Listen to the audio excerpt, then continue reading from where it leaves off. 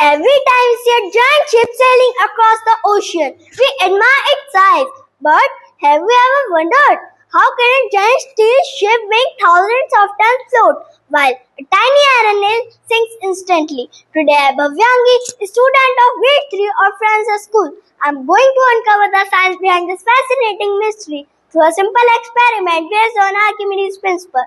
Here, I have a spring balance and a metal object. First, let us measure its weight in the air.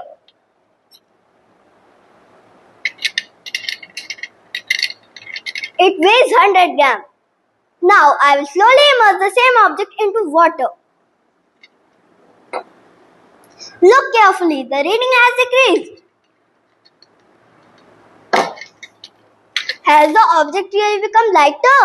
No, its actual weight remains exactly the same, only its apparent weight has decreased. But why?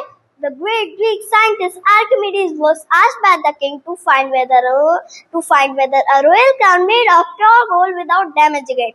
One day, while stepping into his bath, he noticed that the water level rose and some water overflowed. The simple observation led him to one of the greatest discoveries in science. Excited by his discovery, he is said to have run through the street shouting, "Eureka! Eureka!" which means "I have found it."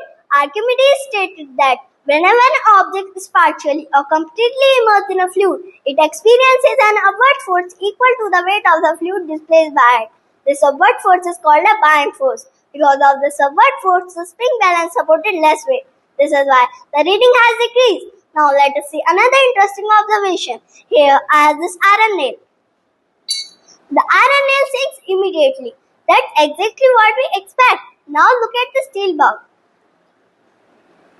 Surprisingly, it floats. Both are made of metal. So why does one sink while the other floats? Now let us test this wooden slab. The wooden slab is floating. Now I am placing another object on it. Look, it is still floating. Because as long as the buoyant force is equal to or greater than the total weight, the object keeps floating. Ships are made of steel, but the large part of ships is kept hollow. Because of this hollow design, the ship pushes away a large amount of water, so the buoyant force becomes large enough to support the entire ship. This is why huge ships float safely on water. And that is the beautiful science behind Archimedes' principle. Let us salute the great scientist Archimedes for this timeless discovery. Thank you.